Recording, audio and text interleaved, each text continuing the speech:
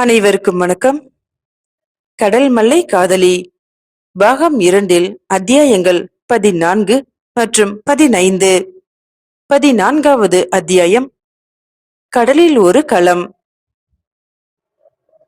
கட்டுமரம் கரை அருகே ஒதுங்கி நின்றது. பொழுது புலராத அந்த வேளையில் செவிலி ராஜசுந்தரியை அழைத்துக் கொண்டு கடற்கரைக்கு சென்றாள். நாம் எங்கே போகிறோம் அம்மா என வினவினாள் ராஜசுந்தரி. புதிய உடை அவளுக்கு புதுமையாக இருந்தது. நடப்பவை எல்லாம் விசித்திரமாகவே தோன்றியது.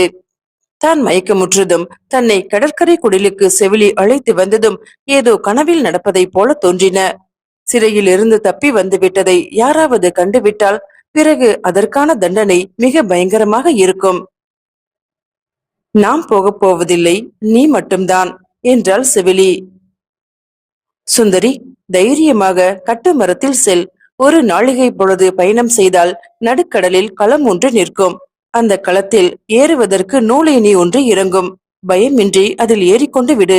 பிறகு நடப்பவை நல்லதாக இருக்கும் என்றாள் செவிலி. ராஜசுந்தரி மௌனமாக நின்றாள். அவளுக்கு ஏதும் புரியவில்லை. தன்னை எதற்காக கட்டுமரத்தில் ஏற்றி செவிலி அனுப்புகிறாள்? நாம் எந்த இடத்திற்கு போகப் போகிறோம்? என்ன சொல்கிறாய் அம்மா என கவலையுடன் கேட்டாள் சுந்தரி. எல்லாம் உன் நன்மைக்காகத்தான் சொல்கிறேன். இனி பல்லவ நாட்டில் இருந்தால் ஆபத்துதான். அதனால் உன்னை கடல் கடந்த நாட்டிற்கு அனுப்புகிறேன் என்றாள் செவிலி. கடலில் செல்வதை விட பெரும் ஆபத்து பல்லவ நாட்டில் இருக்கும் என்றா சொல்கிறாய்? எந்த நாட்டிற்கு செல்ல வேண்டும் என சுந்தரியின் குரலில் அச்சம் பிரதிபலித்தது. ஆம், உன்னிடம் இதுவரை நான் சொல்லாமல் மூடி மறைத்தேன். பல்லவ நாட்டிற்கு விரோதமான செயல்களை செய்வதற்காகவே காஞ்சி நகரத்திற்கு நாம் வந்தோம். இதுவரை அது தெரியாமல் இருந்தது. இப்போது புரிந்துவிட்டது. கொலை குற்றச்சாட்டு வேறு ஏற்பட்டு விட்டது என செவிலி கூறும்போது சுந்தரி பரபரப்புடன், பிக்ஷுவை நான் கொலை செய்து விட்டேன் என நீ நினைக்கிறாயா அம்மா என கேட்டாள். நான் நினைப்பதையா அரசு ஏற்கும்? இப்போது பேசுவதற்கு நேரமில்லை சுந்தரி. கட்டுமரம் ஆயத்தமாக இருக்கிறது. நாம் தாமதிக்க கூடாது. வா வா என செவிலி பரபரப்புடன் அழைத்தாள். ராஜசுந்தரிக்கு ஒன்றுமே புரியவில்லை. கண்களை ஒரு முறை கசக்கிக் கொண்டாள். பொய்யாக போய்விடக் கூடாதா இந்த சம்பவம் என நினைத்தாள். ஆனால் பொய் இல்லை. இருள் விலகிக் கொண்டு இருக்கிறது. கதிரொளி இன்னும் சிறிது நேரத்தில் எழுந்துவிடும். ராஜசுந்தரி கட்டுமரத்தை நோக்கி நடந்தாள். செவிலி அவளை பின்தொடர்ந்தாள். முழக்கமிட்டுக் கொண்டிருந்தது கடல். சில்லென கடல் காற்று வீசி உடலை ஒரு முறை நடுங்க வைத்தது. கட்டுமரத்திற்கு அருகே அடையாளம் தெரியாத உருவம் ஒன்று நின்று கொண்டிருந்தது. ராஜசுந்தரியை அணைத்துக் கொண்டாள் செவிலி. கண்ணீர் பெருகிக் கொண்டிருந்தது.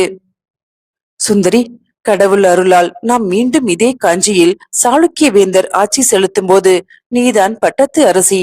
அதுவரை இன்னல்களை ஏற்க வேண்டியதுதான் என கூறிவிட்டு விம்மினாள். சுந்தரியும் நெஞ்சடைக்க, அம்மா, கட்டுமரம் எங்கேதான் செல்கிறது? நான் எங்கே செல்ல வேண்டும் என மீண்டும் மீண்டும் கேட்டாள். ஆனால் செவிலியோ மறுமொழி கூறவில்லை. எல்லாம் திட்டமிட்டபடியே நடக்கும். நீ மெல்ல போ. கட்டுமரம் ஆடும், சாயும், ஆனால் கவிழ்ந்து விடாது என்றாள். ராஜசுந்தரி கட்டுமரத்தில் ஏறி அமர்ந்தாள். கட்டுமரத்தை தள்ளிக்கொண்டு அலையின் வாகுக்கு ஏற்ப கடலில் செலுத்தினான் அதை ஓட்ட வந்தவன். அவன் முகத்தை முக்கால் பாகம் மூடியிருந்தான். கடல் அலைக்கு ஏற்ப கட்டுமரம் ஏறி இறங்கியது, சாய்ந்தது. கட்டுமரம் ஆடும், சாயும், ஆனால் கவிழ்ந்து விடாது என தாய் சொல்லிதான் அனுப்பினாள். அது மிக உண்மை. நமது வாழ்க்கையும் அப்படித்தான் என சுந்தரி எண்ணினாள். பெரிய அலை ஒன்று வந்து கொண்டிருந்தது. அது நிச்சயம் கவிழ்த்துவிட போகிறது. அம்மா, கெட்டியாக பிடித்துக் கொள்ளுங்கள் என்றான் கட்டுமர ஓட்டி. மிகவும் கெட்டியாக அவள் பிடித்துக் கொண்டாள். கிழக்கே செங்கோடுகள் தெரிய ஆரம்பித்து விட்டன. அவள் ஏறிய கரை கோடு போலத்தான் தெரிந்தது.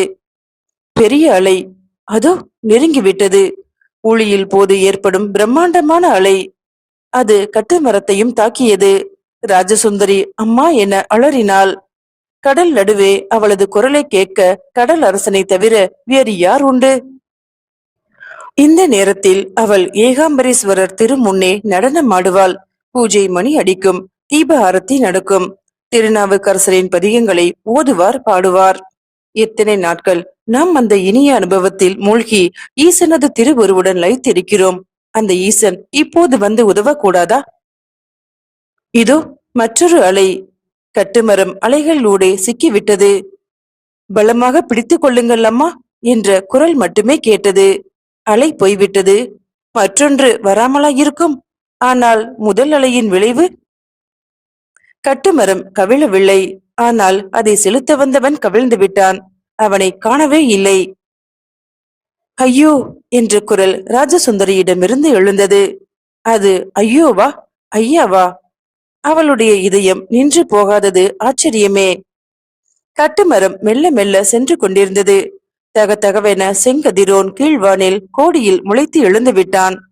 பொன்னும் செந்நிற குழம்பும் கலந்தது போன்ற ஒளி கருங்கடலில் பரவியது. 4 திக்குகளிலும் கடல், கடல், கடல் மட்டுமே. ஏதோ ஒரு களம் நின்று கொண்டிருக்கும் என செவிலி கூறினாளே என சுந்தரி இப்போது யோசித்தாள். அவள் உடல் முழுவதும் கடல் நீரால் நனைந்திருந்தது. கதிரொலி மட்டுமே அவள் மேனியில் படாதிருந்தால் குளிரால் உடல் நடுக்கம் அதிகமாகி இருக்கும். சுந்தரிக்கு அந்த கட்டுமரத்தில் தொடர்ந்து செல்வதில் விருப்பம் இருப்பதாக தெரியவில்லை. புரிந்து கொள்ள முடியாத செயல்களை, லட்சியமற்ற பயணத்தை தொடர்ந்து செய்வதில் என்ன பயன்? கடலில் குதித்து மீளாத இடத்திற்கு சென்றுவிட்டால் எவ்வித தொல்லைகளும் இல்லாமல் நிம்மதியாக இருக்கலாம். எழுந்து நின்றாள் சுந்தரி. கடல் அலையில் ஏற்றத்திற்கும் இரக்கத்திற்கும் ஏற்ப கட்டுமரம் ஆடி அசைந்தது. அவள் விழிகள் கீழ்த்திசையை நோக்கின. சுந்தரி கரங்களை எடுத்து தலைமீது வைத்துக் கொண்டு கூப்பினாள். அதோ, அதோ! அவள் விழிகளை துடைத்துக் கொண்டாள். மிக பெரிய மரக்கலம் நின்று கொண்டிருந்தது அங்கே. அது நின்று கொண்டிருந்ததா அல்லது அசைந்து அசைந்து சென்று கொண்டிருந்ததா என்பது தெரியவில்லை. தன்னை அறியாமல் கூவிவிட்டாள் சுந்தரி. மேல் தலைப்பை எடுத்து வீசினாள். ஹோ ஹோவென கூவினாள். கட்டுமரம் அசைந்து அசைந்து மேலே சென்றது. ஆம், மரக்களத்துக்கு அருகே கட்டுமரம் செல்லும். நூல் ஏணி இறக்கப்படும். அதில் ஏறி களத்திற்குள்ளே செல்வோம். அங்கிருப்பவர்கள் என்ன மொழி பேசுவார்களோ, எந்த நாட்டவர்களோ, எத்தகைய குணம் உடையவர்களோ, அவர்களுடன் வாழ்ந்து அவர்களுடைய உடந்தையாக இருந்து என்னதான் செய்ய போகிறோம்? யாருக்காக வாழ வேண்டும்? மேலும் காஞ்சி இளவரசருக்காக வாழ்வதற்கு சங்கல்பம் செய்து கொண்ட நாம் அவருக்கு எதிரான நடவடிக்கைகளை கொள்ளக்கூடாது. இதனால் அந்த கடலில் வீழ்ந்து இறந்து விடுவதே நல்லது.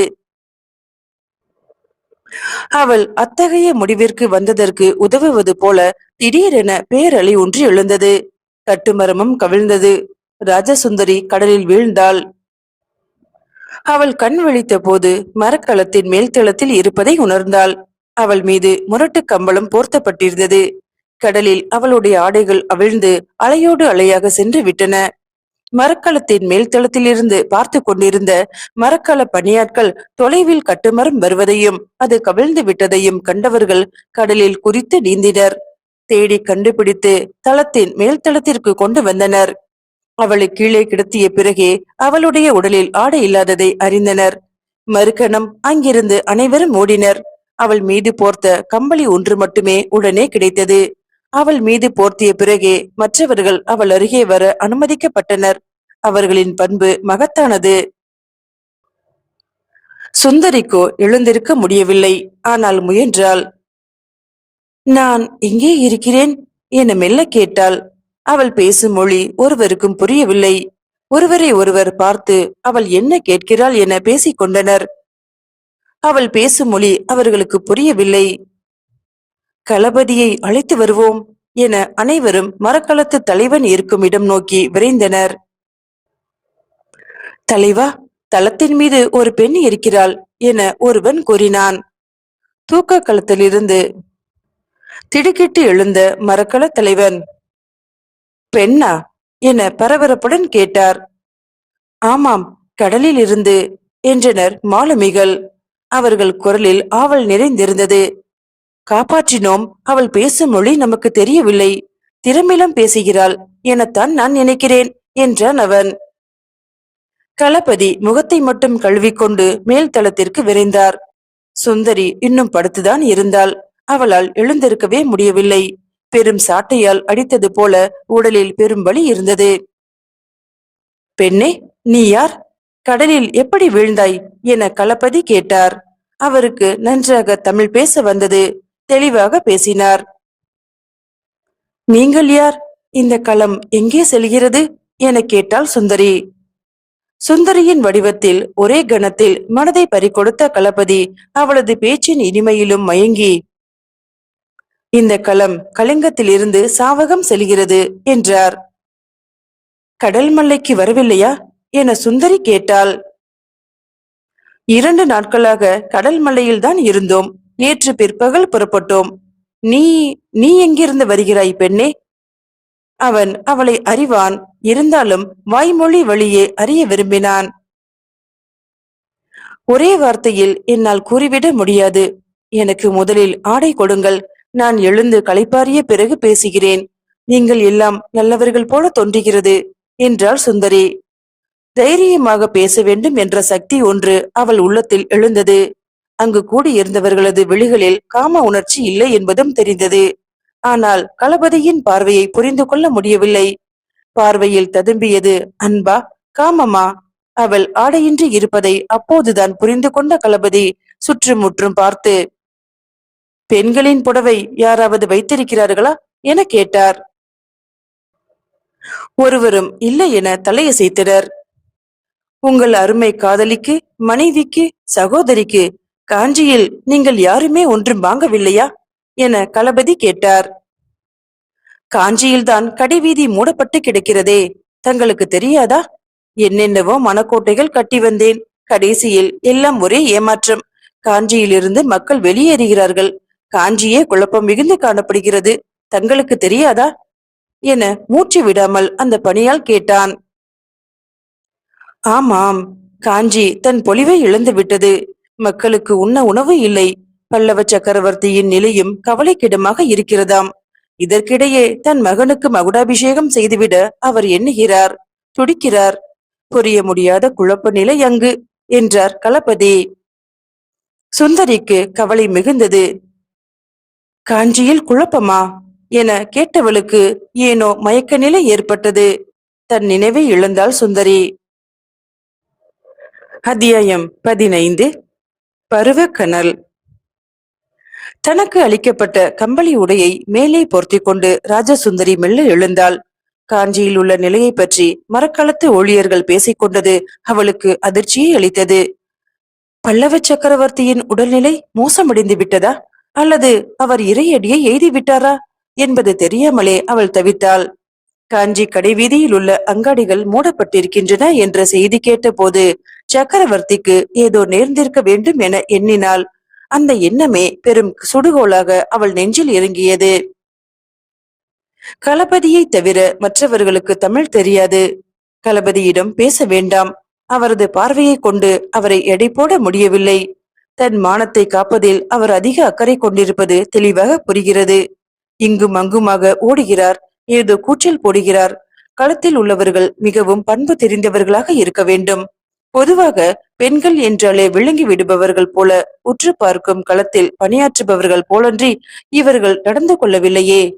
சுந்தரி அருகே சூழ்ந்து நிற்கவில்லை. கடலில் ஓர் அழகிய பெண் கிடைத்து இருக்கிறாள் என்றால் அவர்கள் ஒரு விழாவே கொண்டாடி இருக்க வேண்டுமே. அதிலும் மாத கணக்கில் பெண்டு பிள்ளை சுற்றம் மறந்து கடலில் பயணம் செய்பவர்களின் மனநிலை வேறு விதமாகத்தான் இருக்க வேண்டும்.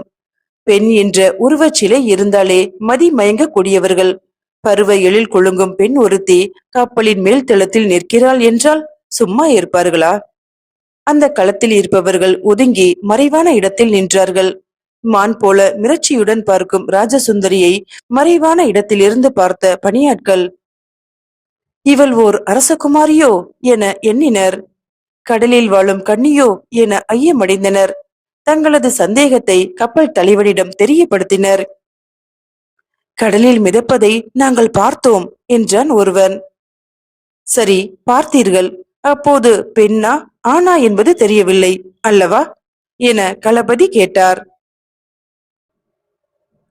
ஆமாம், கடலில் உயிருக்கு மன்றாடி கொண்டிருப்பவர்களை காப்பாற்றுவதுதான் தர்மம். அதனால் அதனால் காப்பாற்றினீர்கள். அப்படி இருக்கும்போது கடல் கன்னியா, தேவதையா, அரசகுமாரியா என்ற சந்தேகம் ஏன் வந்தது? இவளை போன்ற அழகியை இதுவரை நாங்கள் பார்த்ததே இல்லையே. பொய் சொல்லாதீர்கள். கொற்கை துறையில் ஒரு தடவை இப்படி ஒரு தேவதை நமது களத்திற்கு வரவில்லையா? தேவதை? நீங்களே சொல்லிவிட்டீர்களே தேவதை என்று. இவளும் தேவதைதானோ? சரி சரி, மிகவும் மிரண்டு போய் இருக்கிறாள். நீங்கள் இங்கிருந்து போய் உங்களது வேலைகளை கவனியுங்கள். நான் அவளிடம் விசாரிக்கிறேன் என களபதி கூறவும், கட்டுப்பாடு மிக்க அந்த களப்பணியாட்கள் அங்கிருந்து விரைந்து தம் தம் வேலைகளை கவனிக்கச் சென்றனர். அவர்கள் என்ன கேட்டார்கள்? நீங்கள் என்ன சொன்னீர்கள்? சரசரவென இங்கிருந்து அனைவரும் போய்விட்டார்களே என ராஜசுந்தரி கேட்டாள். எங்கள் களத்து பணியாட்கள் ஒழுக்கத்தில் உயர்ந்தவர்கள், கட்டுப்பாடு மிக்கவர்கள் என கூறினார் களபதி. அப்படியென்றால் மற்ற களத்தில் உள்ளவர்கள் ஒரு மாதிரியோ என மெல்ல நகைத்தவாறு கேட்டாள் சுந்தரி. ஒரு கப்பலின் மேல் தளத்தில் புரியாத மொழி பேசும் மக்களிடையே அவள் சிரித்துக்கொண்டே பேசுவது ஆச்சரியம்தான். நீ நன்றாக பேசுகிறாய், பார்க்கவும் நன்றாக இருக்கிறாய். அதைத்தான் அவர்களும் கேட்கிறார்கள். கடல் கன்னியோ அரசகுமாரியோ என சந்தேகப்பட்டார்கள் என்றார் களபதி. அதற்கு நீங்கள் என்ன சொன்னீர்கள்? தேவதை என்றேன். தேவதை என்று எப்படி தெரியும்? வர்ணிப்பதை தவறாக எடுத்துக்கொள்ள மாட்டாய் என எண்ணுகிறேன். உனது பாதங்களை பார்த்தேன். விரல்களும் குதிகாலும் இதுவரை மானிட பெண்களிடம் நான் பார்த்ததில்லை. பாதத்தில் மீது பூந்தண்டு போல வளர்ந்துள்ள கால்களை எங்கள் நாட்டு வாழைத்தண்டிற்கு உவமை கூறலாம். கழுக்கென சிரித்துவிட்டாள் ராஜசுந்தரி. வயது ஆக ஆக ஆடவர்களுக்கு பெண்களிடம் கவர்ச்சி அதிகமாகும் போல் தோன்றுகிறது. பெண்ணே, உன் உடலை மறைத்துக் கொண்டிருக்கும் கம்பளியின் மறுபுறம் உள்ள உனது எழில் சிந்தும் அங்கங்கள் சாதாரண பெண்களுக்கு இருக்க மாட்டாது. இதை கேட்டதும் திடுக்கிட்டாள் ராஜசுந்தரி. பிறந்த மேனியாக என்னை இந்த களத்தளபதி எப்படியோ பார்த்திருக்கிறார். உன் கண்களில் கலக்கம் ஏற்பட்டிருப்பது எனக்கு புரிகிறது பெண்ணே. ஒரு பெண்ணின் மானமும் அவள் தன் மறைவான அங்கங்களை பிறர் பார்க்காமல் செய்வதில்தான் இருக்கிறது. உனது அழகு ததும்பும் அங்கங்களை நான் எவ்வாறு கண்டுவிட்டேன் என நாணத்தாலும் பயத்தாலும் நீ கலக்கமடைவது தெரிகிறது. ஆனால் பெண்ணே, உனது பாதத்திலும் உனது முகத்தில் இருக்கும் உனது மூக்கின் வடிவிலும் உனது மறைக்கப்பட்ட அங்கங்களை பற்றி கற்பனை செய்தேன். நான் உன்னை நிர்வாணமாக பார்க்கவே இல்லை. கவலைப்படாதே. உன்னை இந்த மேல்தளத்தில் அதிக நேரம் நிற்க வைக்க கூடாது. நீ களைத்து இருப்பாய். கடலில் தவறி விழுந்து விட்டதால் உனது உடல் மிகுந்த வேதனைக்கு உள்ளாகி இருக்கும். வா, எனது இருப்பிடம் செல்லலாம் என களபதி அழைத்தார். அவரை பின்தொடர்ந்தாள் ராஜசுந்தரி. தனது மாளிகையை விட்டு வெளியே செல்வது என்றால் சிவிகையோ ரதமோ ஒன்றி பாதங்களை தேவையற்ற இடத்தில் வைத்து அறியாத சுந்தரி கப்பலின் தளத்தில் மரப்படி கட்டுகளில் குறுகலான பாதையில் இறங்கி ஏறி குனிந்து களபதியின் அறையை அடைந்தாள். ஓரிரண்டு இடங்களில் களபதி அவளை பிடித்து கொண்டார், கீழே விழுந்து விடாமல் இருக்க. அவள் சற்று நின்று அவரை முறைத்து பார்த்தாள். களபதியின் அறை விசாலமாக இருந்தது. மாளிகையின் ஒரு கூடம் போல அது காட்சியளித்தது. விசித்திரமான பண்டங்கள் அங்கே காணப்பட்டன. பல நாட்டு மங்கைகளின் நிர்வாண ஓவியங்கள் காணப்பட்டன. அவளுக்கே கூச்சமாக இருந்தது. இதை எழுதிய ஓவியருக்கு சகோதரி தாய் இருக்க மாட்டார்களா என்ன? காஞ்சியில் இளவரசருடன் வருவாரே, அவரும் இப்படித்தானே சித்திரங்களை வரைவார். அஜந்தாவிலும் சித்திரங்களை வரைந்திருக்கிறார்கள். ஆனால் இவ்வாறு பிறந்த மேனியாக வரையவே இல்லை. காஞ்சி ஓவியர் எப்படியோ. காஞ்சியை விட்டு வந்து விட்டோம். இனி அங்கு செல்ல போகிறோமோ இல்லையோ, தலைவிதியை நிர்ணயிக்கும் ஆண்டவனுக்குத்தான் அது தெரியும். என்ன விசித்திரமாக பார்க்கிறாயே? உனது மாளிகையில் இல்லாத சித்திரங்களா என்றார் களபதி பெட்டியை திறந்து ஏதோ தேடியவாறு. மாளிகையா? நான் மாளிகையில்தான் வாழ்கிறேன் என இவருக்கு எப்படி தெரியும்? ராஜசுந்தரியின் உடல் ஒரு கணம் நடுங்கியது. என்னை உங்களுக்கு தெரியுமா? தெரியுமே என கூறிய களபதி மும்முரமாக ஏதோ தேடிக்கொண்டே இருந்தார். ராஜசுந்தரி கம்பளியை மேலும் இறுக்கமாக சுற்றி கொண்டு நின்று கொண்டிருந்தாள். உடலில் மேலும் ஒருவித நடுக்கம். களபதி ஏதோ மூட்டையை கையில் எடுத்தார். விரைவாக பிரித்தார். அதில் பட்டாடை புதுவிதமாக இருந்தது. அவற்றை கையில் எடுத்து கொடுத்துவிட்டு, பெண்ணே, கம்பளி துணியை போர்த்திக் கொண்டு எவ்வளவு நேரம்தான் நிற்பாய்? எப்போதோ வாங்கிய உடைகள், யாருக்காக வாங்கியது என கேட்காதே. நல்ல வேளையாக இதுவாவது இருந்ததே. இதுவும் இல்லாவிட்டால் உனக்கு உடைகள் வாங்க களத்தை நாகப்பட்டினத்திற்கு தான் திருப்பி இருப்பேன் என்றார். களம் புறப்பட்டு விட்டது என்பது அந்த அறையில் ஏற்பட்ட ஆட்ட அதிர்ச்சியிலிருந்து தெரிந்தது. ராஜசுந்தரிக்கு ஆட்டம் இயற்கையாக கை வந்தது. அதனால் அவள் தடுமாறவில்லை. ஆனால் மனதில் தடுமாற்றம். இரண்டும் பட்டாடைகள். ஒன்று ஆண்கள் அணியும் துகில் மாதிரி இருந்தது. மற்றொன்று அவளுக்கே புரியவில்லை. ஒரு கணம் தன் நிலையை நினைத்து பார்த்தாள். கம்பளி துணிக்குள் வெற்று உடம்பு, கட்சி அணியாத தனங்கள், சுற்றி இருந்த புடவையும் கடலோடு போய்விட்டது. களபதி கொடுத்துள்ள உடையை அணிய வேண்டியதுதான். எப்படி அணிவது என பார்க்கிறாயா? நான் எப்படி சொல்லித் தருவது? அதை கொடு, எப்படி அணிவது என சொல்கிறேன் என கூறி மீசை தாடிக்கு வெளியே தனது பற்கள் புலப்பட சிரித்தார் களபதி. திடுக்கிட்டாள் ராஜசுந்தரி. என்ன, இவர் சொல்லித் தருகிறாராமே? ஐயோ, கம்பளி துணியை எடுத்து எரிந்துவிட்டு எனக்கு உடை அணிய சொல்லித் தரப் போகிறாரா? அதற்கு இந்த கடலிலேயே குதித்து செத்து விடலாமே. நான் இந்த அறைக்கு வெளியே போய்விடுகிறேன். கதவை நீ தாளிட்டுக்கொள். உடையை அணிந்த பிறகு கதவை திறந்து கூப்பிடு என கூறிவிட்டு களபதி வெளியே போய்விட்டார். ஒரு கணம் நெஞ்சு நிமிர்ந்து அடங்கியது. அப்பாடா, பிழைத்தோம் என எண்ணினாள். அவரது பண்பையும் பெருந்தன்மையையும் நினைத்து அவரை மனதிற்குள்ளேயே பாராட்டினாள் ராஜசுந்தரி. கப்பலுக்குள் இருக்கும் அறையைப் போலவே அது தோன்றவே இல்லை. ஒவ்வொரு பொருளும் தூய்மையாக வைக்கப்பட்டிருந்தன. பெண்களே இல்லாத ஒரு சிறு நாடு போல கப்பல் காட்சியளித்தது. கட்டிலில் விரிக்கப்பட்டிருந்த மெத்தையில் பட்டு துணி பரவி இருந்தது. தங்க தாம்பாளத்தில் பழங்கள் வைக்கப்பட்டிருந்தன. அவளுக்கு பிடிக்காதது அந்த மதுக்கிண்ணம்தான். அறையில் ஒரு ஓரத்தே வாளும் ஈட்டியும் வைக்கப்பட்டிருந்தன. கோடரி ஒன்று பளபளப்பான முனையுடன் ஒரு பலகையில் வைக்கப்பட்டிருந்தது. கதவை தாளிட்ட ராஜசுந்தரி அந்த இடத்தில் ஏதாவது பலகனி இருக்கிறதா, அந்நியர் யாராவது அவள் உடை மாற்றிக் கொள்வதை பார்த்துவிட முடியுமா என ஆராய்ந்தாள். ஒரே ஒரு இடத்தில் மட்டுமே தொட்டவுடன் கதவு திறந்து கொண்டது. சிறு கதவு, முகத்தின் அளவே சிறு இடைவெளி. அதன் வழியே நீலக்கடல் நன்றாக தெரிந்தது. கடலில் கப்பல் சென்று கொண்டிருப்பதும் புரிந்தது.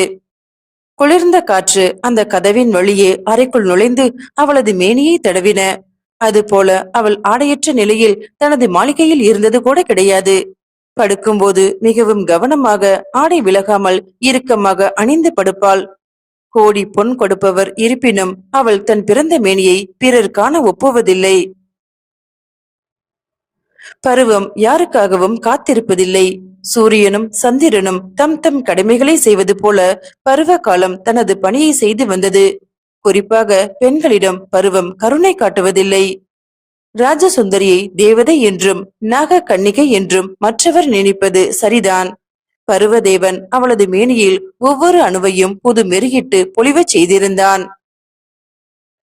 தன்னைத்தானே இப்படி ஆராய்ந்து கொள்வதற்கு கடல் நடுவே ஓர் இடம் கிடைத்ததே என அவள் எண்ணும்போது காலத்தின் அடிசுவடுகள் தன்னை எப்படி எப்படி எல்லாம் அலைக்கழிக்கப் போகின்றனவோ என பயந்தாள்.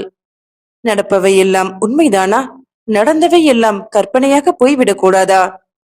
விவரம் அறியா பருவத்தில் காஞ்சிக்கு செவிலியுடன் வந்தது அவளுக்கு அதிகம் நினைவு இல்லை. சிறு வீட்டில் உண்பதும் உறங்குவதும் காஞ்சியை சுற்றி பார்ப்பதுமாக கழித்தது மட்டும் மெல்லிய கோடுகளாக இப்போதும் அவள் நினைவு தடாகத்தில் பிரதிபலிக்கின்றன. நாட்டிய பெண் ஒருத்தியிடம் தன்னை செவிலி அழைத்து சென்றதும் நினைவிருக்கிறது. அங்கே காஞ்சியில் பேசும் மொழியையும் இசையையும் கற்றுக் கொடுக்க ஓர் உபாத்தியாயரிடம் நாள்தோறும் ஒரு நாளிகை நேரம் செலவிட்டதும் நினைவிருக்கிறது. செவிலியை தன் சொந்த தாயென பல ஆண்டுகள் எண்ணி இருந்தாள். ஆனால் ஒரு நாள் அவளுக்கு விவரம் தெரிந்த பிறகு செவிலி உண்மையை வெளிவிட்டு விட்டாள். அவள் நடனக்கலை அறிந்த குடும்பத்தை சேர்ந்தவள் அல்லல். அவளது பிறப்பில் பெரும் ரகசியம் அடங்கியிருந்தது. அவள் அரச குடும்பத்தைச் சேர்ந்தவள். ஆனால் ஏன் காஞ்சிக்கு வந்தாள்? ஏகாம்பரர் ஆலயத்தில் நடனமாடும் பணி எதற்காக அவளிடம் ஒப்படைக்கப்பட்டது? திடீரென பெரும் மாளிகையும் சிப்பந்திகளும் செல்வங்களும் அவளுக்கு எப்படி வந்தன? அவளது கடைக்கண் பார்வைக்காக காஞ்சியில் பெரும் செல்வந்தர்கள் கொண்டு கொட்டியவை அவை. சுந்தரி, செல்வங்களை ஏராளமாக சேர்த்துக் கொள்வோம். செல்வந்தர்கள் நட்பை பெறுவோம். செல்வாக்கை வளர்த்துக் கொள்வோம். அவையெல்லாம் தக்க சமயத்தில் நமக்கு உதவ போகின்றன. ஆனால் உனது பெண்மையை மட்டும் இழந்து விடாதே. பெண்ணின் பொக்கிஷமான கற்பிற்கு களங்கம் தேடிக் கொள்ளாதே என செவிலி அவ்வப்போது கூறியவற்றை மட்டும் அவளால் மறக்கவே முடியாது. இப்போதும் செவிலி சொல்லியபடிதான் கட்டுமரத்தில் ஏறினோம். கடல் அலைகள் என்னை விழுங்கி இருக்கலாம். ஆனால் ஆண்டவன் சித்தம் வேறு விதமாக இருக்கிறது போலும். களபதி கொடுத்த அந்த பட்டாடையை எப்படி அணிவது என அவள் தெரிந்து கொண்டாள். கம்பளியை மடித்து ஓரிடத்தில் வைத்துவிட்டு வேட்டியை போன்ற அந்த ஆடையை அணிந்தாள். மேலுடை ஒன்றை அணிந்தாள். ஆகா, இப்போது ஒரு புதிய தோற்றம். கதவை திறந்து கொண்டு களபதி, களபதி என கூறி வெளியே வந்தாள். அவளது புதிய தோற்றத்தை கண்டு களபதிக்கு ஏற்பட்ட வியப்பிற்கு எல்லையே இல்லை. ஆனால் அவளது புதிய தோற்றத்தையும் விட அவளை பிறந்த மேனியாக அணு அணுவாக ரசித்தானே ஒரு பணியால் அவனது உள்ளத்தில் காமத்தி கொழுந்து விட்டு எரிந்து கொண்டிருந்தது ஒருவருக்கும் தெரியாது. ராஜசுந்தரி உடையை மாற்றிக் கொள்ளும் போது அந்த அறையில் நடைபெறுவதை ரகசியமாக கண்டறியும் சிறு துவாரம் வழியே அவன் அவளை ரசித்தான். அவன் ஒருவனுக்கு மட்டுமே அந்த ரகசியம் தெரியும். அவ்வப்போது களபதியின் அறையில் நடப்பதை அறியும் அவனுக்கு இது போன்ற சுவையான அனுபவம் காட்சியும் இதற்கு முன்பு ஏற்பட்டதே இல்லை. மீண்டும் அடுத்த பதிவில் சந்திக்கலாம். நன்றி.